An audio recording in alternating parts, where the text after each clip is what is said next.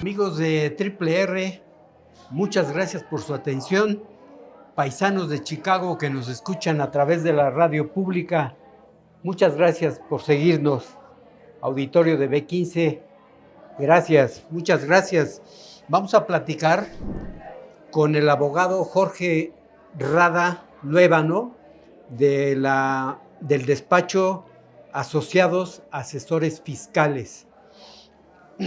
Licenciado, ¿cómo está? Don Paco, con el gusto, como siempre. Ya sabemos que el licenciado es muy inquieto, que está metido en todos los asuntos que generan controversia jurídica. Acaban de presentar una acción de inconstitucionalidad contra algunos artículos de la reforma a la ley orgánica del Poder Judicial. Platíquenos, abogado. Bueno, sí, creo que este tema, como otros, es muy importante que se debatan en el plano constitucional. Creo que desde que se implementó la reforma judicial, del cual muchos no estamos convencidos, en el que se elimina la independencia y la autonomía del Poder Judicial federal y local, y que en la orden que le da esa reforma a las entidades federativas para que adecúen su marco normativo a esta reforma judicial, pues en Zacatecas se cometieron todavía más invasiones y más manipulación de la independencia y la autonomía. Entonces,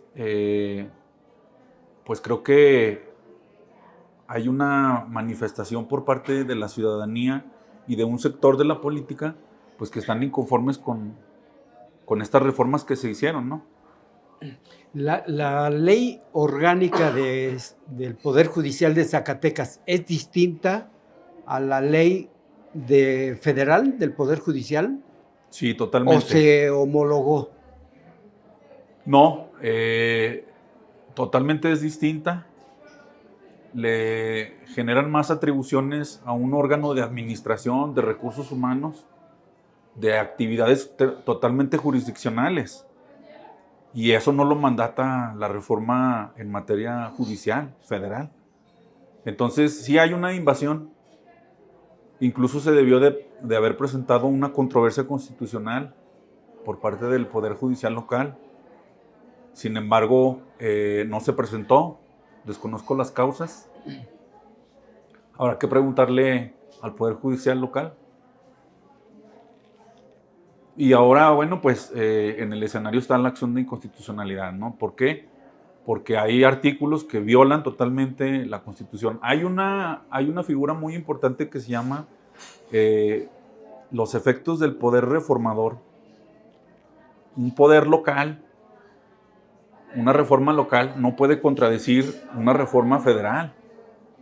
En este caso, sí hay una contradicción de la reforma. Y por tanto, bueno, pues esperemos que sea analizada esta reforma que se hizo local, para que se deje un antecedente de que no pueden invadir competencias, ¿no? Platicamos con el abogado Jorge Rada. Me parece que lo que no les gusta al Poder Judicial y a los partidos de oposición, que fueron quienes promueven esta acción de inconstitucionalidad, los diputados de PRI, de PAN, creo que Movimiento Ciudadano no firmó, y de PRD, son los que avalan esta acción de inconstitucionalidad, ¿cierto? Sí, efectivamente. Efectivamente, Movimiento Ciudadano no participó en la presentación de esta acción de inconstitucionalidad. Desconozco las razones, pero creo que se debió de haber mandado un mensaje contundente por parte de la oposición, el determinar de que no están avalando una reforma local que controla el Poder Judicial local, ¿no? Entonces, la inconformidad es porque se crea el órgano de administración en el Poder Judicial del Estado y el Tribunal de Disciplina. Judicial. Sí. Y le quitan, esos dos órganos le quitan todas las atribuciones al presidente del Tribunal Superior de Justicia y al Pleno de la Sala Mayor del Tribunal. Ya no pueden decidir absolutamente nada en materia administrativa, en el manejo del presupuesto, en el movimiento del personal, de que un juez se vaya a un juzgado, se vaya a otro, pida vacaciones. Totalmente. Incluso para el movimiento de los vehículos se le tiene que pedir la autorización Sí. al órgano de administración.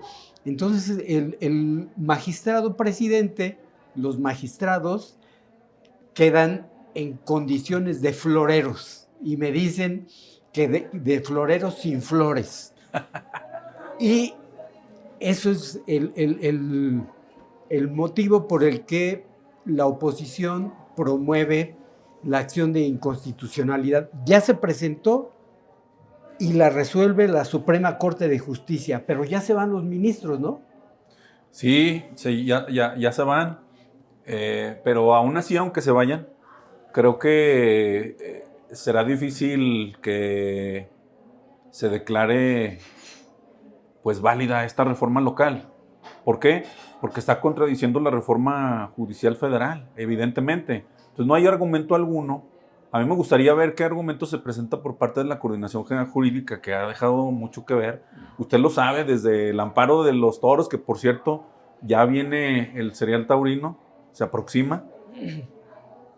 En la reforma judicial lo mismo pasó.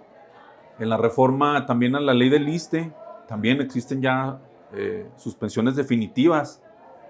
Es decir, el trabajo jurídico que ha realizado, si se le puede llamar jurídico a estas acciones de la Coordinación General Jurídica, ha sido muy deficiente y muy negligente. Pero en este asunto de la acción de inconstitucionalidad, ¿contra quién es? Contra el Congreso. Sí, totalmente. Porque ellos fueron los que aprobaron la reforma. No tiene nada que ver el Poder Ejecutivo.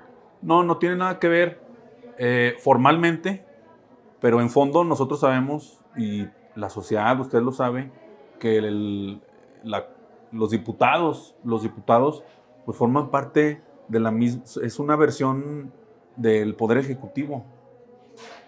Quien realmente hace el trabajo de los diputados oficialistas, pues es el Poder Ejecutivo, no existe esa división. Es más, estamos hablando de que el Poder Judicial no tiene una independencia ni autonomía. Bueno, en el Poder Legislativo tampoco, no existe. Entonces el trabajo finalmente jurídico, ¿quién lo va a hacer? Nunca ha existido. No, nunca ha existido, pero Nunca más ha existido. Más se ha acentuado en esta administración, ¿no? del Poder Ejecutivo. Los diputados es una versión alargada del Poder Ejecutivo, del gobierno. El problema, entiendo, es que el órgano de administración tiene 3 integrantes, Sí. 3 comisionados. Sí. Y uno lo propone el Poder Legislativo. Sí. Otro lo propone el Poder Judicial. Sí. Y otro lo propone el Ejecutivo. Sí. Entonces, el Ejecutivo y el Legislativo es lo mismo. Le echan mayoría Claro. al Poder Judicial porque son propuestas del Ejecutivo los dos. Sí, en esa perspectiva rompe la autonomía y la independencia del Poder Judicial, ¿no? Porque van a mayoritear las decisiones dentro del Poder Judicial local. Y entonces, eso contraviene la reforma judicial federal. Entonces, la administración del Poder Judicial se traslada al Poder Ejecutivo. Totalmente. Dice, las decisiones se tomarán en Palacio de Gobierno. Sí. Y se pasarán a la Oficialía de Partes, que será el órgano de administración del Poder Judicial. Sí, incluso existen normas en las cuales le permitan a los secretarios asumir funciones o postularse a una candidatura a magistrados. No dudo que alguno de los secretarios que tenga esa intención o que lo vayan a mandar a integrar una candidatura en el Poder Judicial local. para manipular aún más, ¿no? Este Poder Judicial local.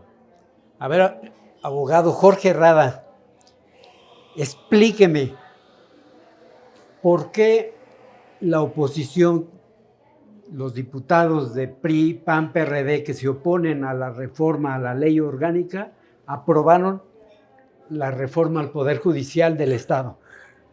Híjole, bueno, pues creo que estamos viviendo una coyuntura política muy difícil en Zacatecas, en la cual la oposición, pues es una simulación, a mi parecer.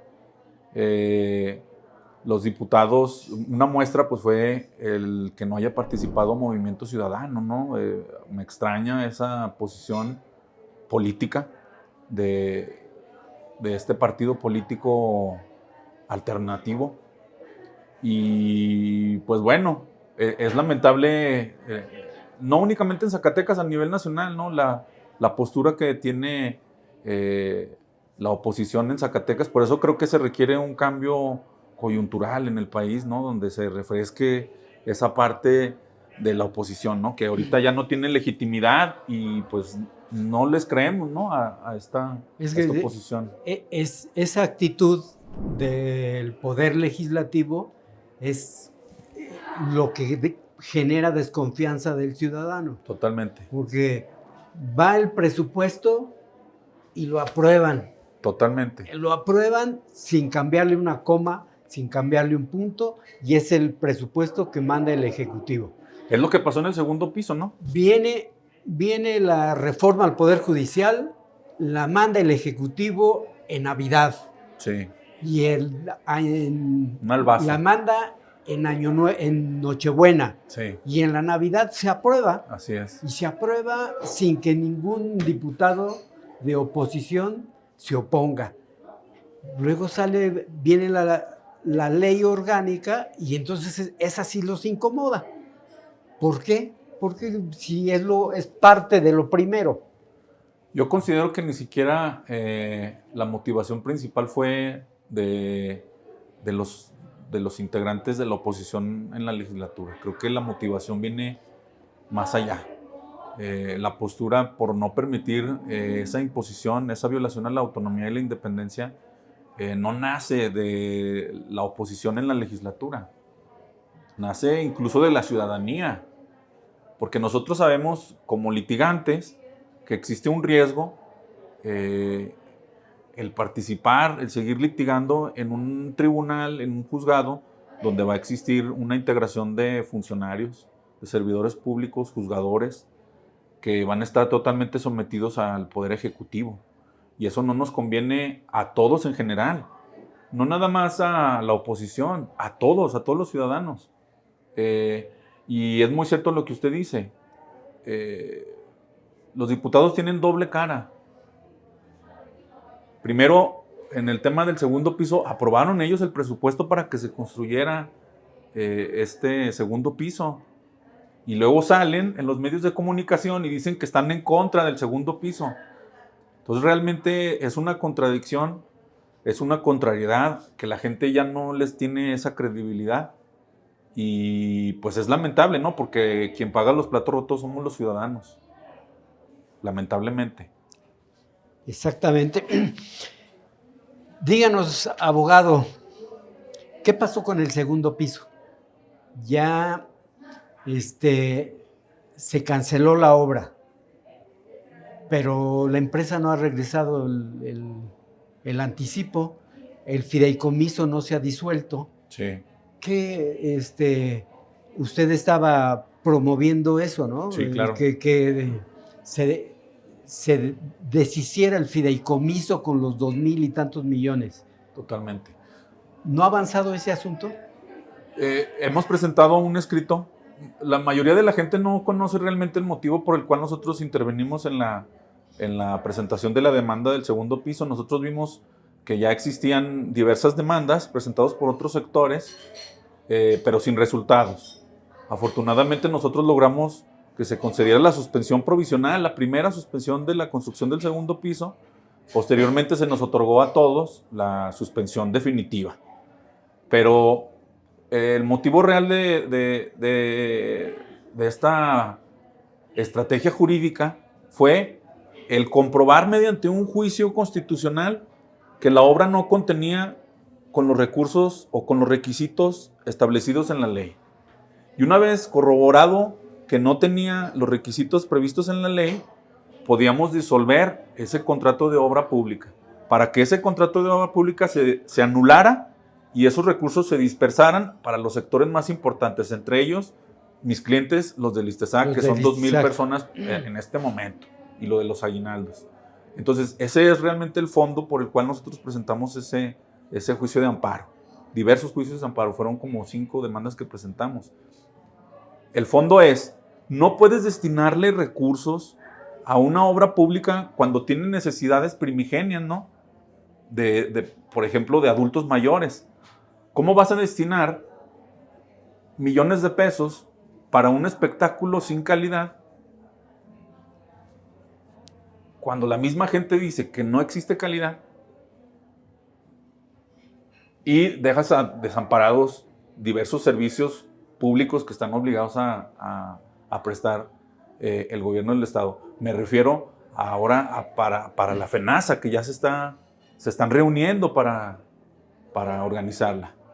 Entonces, hay una figura muy importante que se llama el principio de vinculación del gasto público, donde obliga al gobierno del Estado a que se dispersen los recursos no para esas situaciones superfluas, sino para la construcción de carreteras, para el servicio médico, salud, que también nosotros presentamos un amparo para que se presentara toda el medicamento que no existe realmente. Sí, les digo que el abogado Jorge Rada, donde hay problemas, ahí está presente.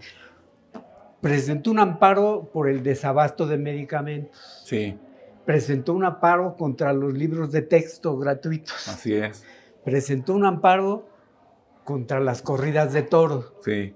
¿Y todos los ha ganado? Sí, afortunadamente todos. Pero no le hacen caso. Ese es un tema muy importante. Creo que después del amparo de las corridas de toros, se generó un precedente muy importante que fue que desobedecieron las suspensiones. A partir de ahí, el gobierno del Estado ha estado cumpliendo a regañadientes las suspensiones definitivas. Por ejemplo, en el caso del ISTESAC, pues ya han estado pagando, ¿no? A cuentagotas, pero le han estado pagando a todos nuestros clientes, que son más de 5,000 personas. Entonces, creemos que aún así, con todas estas barreras que impone el gobierno del Estado, pues hemos salido avante con los juicios, ¿no? De paso a paso, pero hemos tenido confianza, ¿no? De que hemos logrado todos estos triunfos en el plano jurídico. Presentó un amparo también contra el resultado de la elección en el Subsemop. Sí. Y el líder que ganó, Carlos Acevedo, ya está trabajando normalmente. Sí, así es. ¿Y ese asunto en qué quedó? Mire, todas las planillas inconformes con el resultado de este proceso electoral nos buscaron para debatir el resultado final de la elección. Nosotros tenemos una suspensión definitiva todavía vigente y se ha violado sistemáticamente por estos actores, ¿no? Creemos que falta todavía que se resuelva por autoridades muy importantes, ¿no? Como es el Tribunal Burocrático, que es la autoridad competente para resolver. Sin embargo, por la estrategia que asumió el líder sindical triunfador, entre comillas, que fue el juicio de amparo, y que obtuvo una suspensión definitiva también para él participar en la elección, y que de esa elección salió triunfador, cuando el órgano electoral había establecido que no podía participar. Esa resolución electoral en la que negaban la participación nunca fue impugnada. Entonces está firme. No se debatió. Se logró con una suspensión definitiva en un juzgado de distrito, y nosotros seguimos la misma ruta para obligar al juzgador a que no podía tener una diferencia. Si a él le conseguiste la suspensión definitiva, bueno, pues a nosotros también. Y así fue desde esa perspectiva.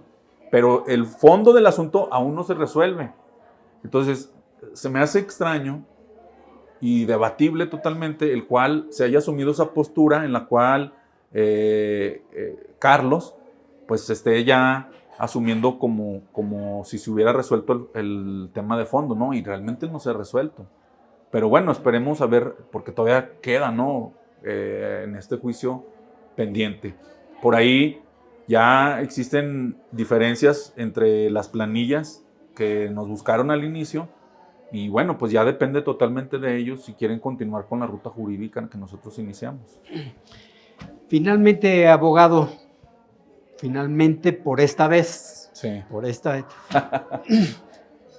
¿lo han buscado los partidos políticos para que sea usted explorar la posibilidad de que sea usted candidato a algún puesto de elección popular?